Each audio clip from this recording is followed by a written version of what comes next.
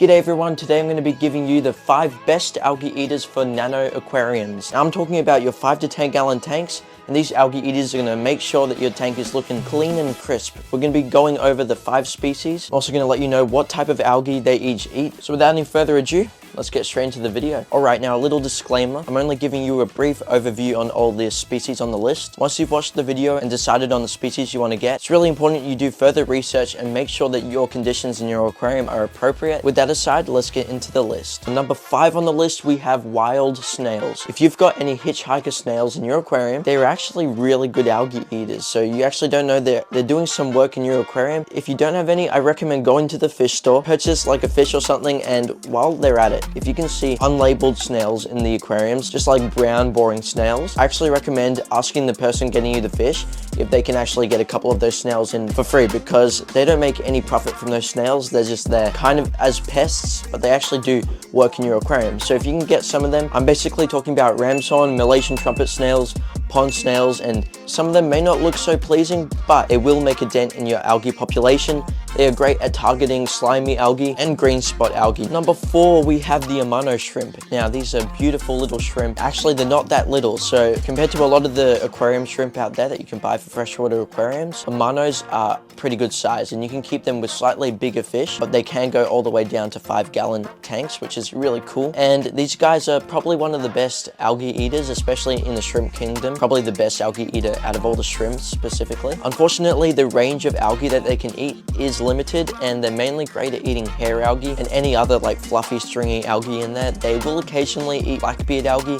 That's on rare occasions, and they have been known to eat some, but yeah, they don't really touch the slimy algae very much. If they fancy you and meet the needs for your algae problem, then definitely give them a try. Okay, so you're in a country and amano shrimp aren't readily available for you, like it is for me here in Australia. The alternative to amano shrimp are cherry shrimp. So cherries, or neocaradinas, they are really good algae eaters, pretty similar to the amano shrimp, except the only thing is they are a lot smaller. So if you've got big fish in your tank, we're talking about nano aquariums though, so generally you should be fine. Cherry shrimp, although they're small, should do absolutely fine in your aquarium. Just make sure you got plenty of hiding places for the shrimp to get away from any fish. Keep your fish well fed so they don't go down to the bottom of the tank and start hunting for shrimp. Now, the cherry shrimp come in so many different colors and variants. It's really cool. You can go to the fish store and you're guaranteed to find at least like the assorted cherry shrimp, such as like the reds and yellows and blues. If you want a little algae eating crew, you want to get rid of the hair algae in your aquarium, really good algae eaters. I've kept them here and there, and they're really fun to keep overall. Okay, number 2 on the list, we have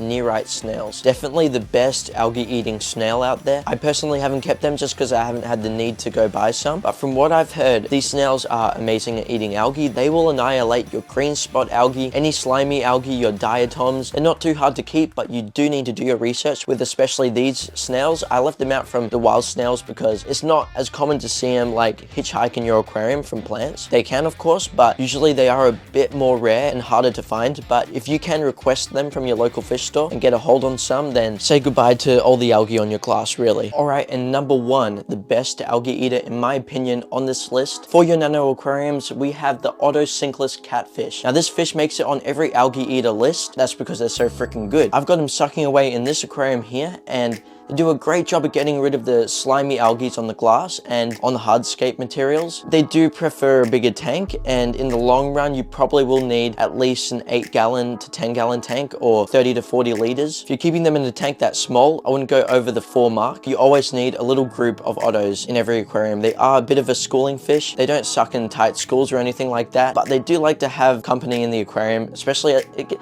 since it gets a little lonely at the bottom, you know? Constantly eating algae if you don't give them any other food source. They're very cute fish too, so yeah, there's no reason not to buy some. Just make sure you've got really good filtration in those nano aquariums, and keeping the water clean is crucial. Well, that wraps up the video, everyone. Thank you so much for watching, and if you have any questions about these algae eaters, let me know in the comments down below. Best of luck with your algae problems, and make sure you do some research on any species you're considering getting. Click the video on the screen if it fancies you, but other than that, have a great day. Thanks for watching, and I'll see you all in the next video.